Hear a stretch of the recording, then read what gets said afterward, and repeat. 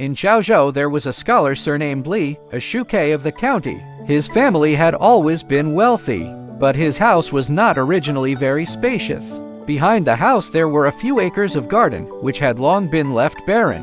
One day, an old man came to rent a house. He offered 100 taels of silver as rent. Li declined, saying there was no vacant room. The old man said, "Please accept the money. Do not trouble yourself about the matter of lodging." Li did not understand his meaning, but accepted the money for the time being, wishing to see if anything unusual would happen.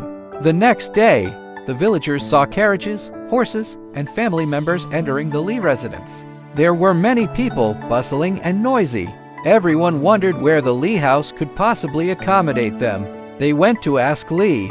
Li himself knew nothing about it and returned home to check, but there was no trace or sound at all. After a few days, the old man suddenly came to visit and said, "I have already been staying under your roof for several days. Because everything has just been settled, I was busy setting up the household and kitchen. I had no time to fulfill the courtesies of a guest. Today I had my daughters prepare some food and wine. I hope you will honor me with your presence." Li followed him and entered the garden. Suddenly he saw splendid and complete houses, shining as if brand new. Entering the rooms, the furnishings were fragrant and magnificent. Wine was boiling in pots under the corridor. Blue smoke rose from the tea stove in the kitchen.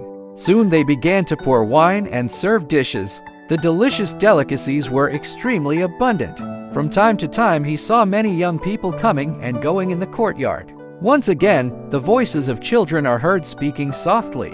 Laughter and conversation drift from behind the curtain. The maids and servants in the household appeared to be dozens or even hundreds in number.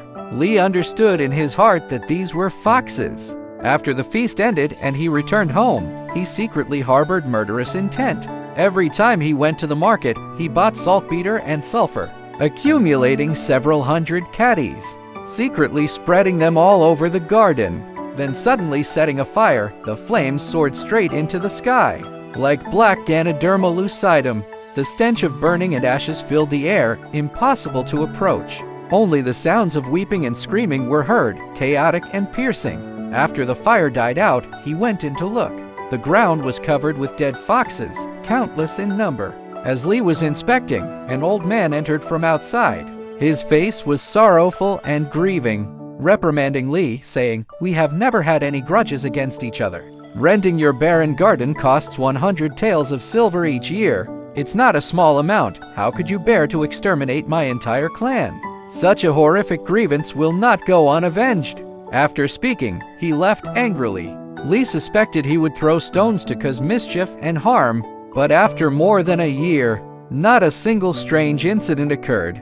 At this time, it was the early years of the Shunzi reign, and bandits rose up frequently in the mountains. They gathered over 10,000 people, and the authorities could not capture them. Because Li had a large family, he worried daily about encountering turmoil and chaos. It so happened that a fortune teller came to the village, who called himself Nanshan Wang, predicting people's fortunes and misfortunes. As clearly as if he had seen them with his own eyes, his reputation was very great. Li invited him to his home and asked him to calculate his horoscope based on the 8 characters of birth. Nanshan Wang stood up in shock and said respectfully, "You are the true son of heaven." Li was startled and thought he was talking nonsense. Nanshan Wang insisted on this with a stern expression. Li was half convinced, half doubtful, so he said, "How could someone with nothing achieve the mandate of heaven and become emperor?"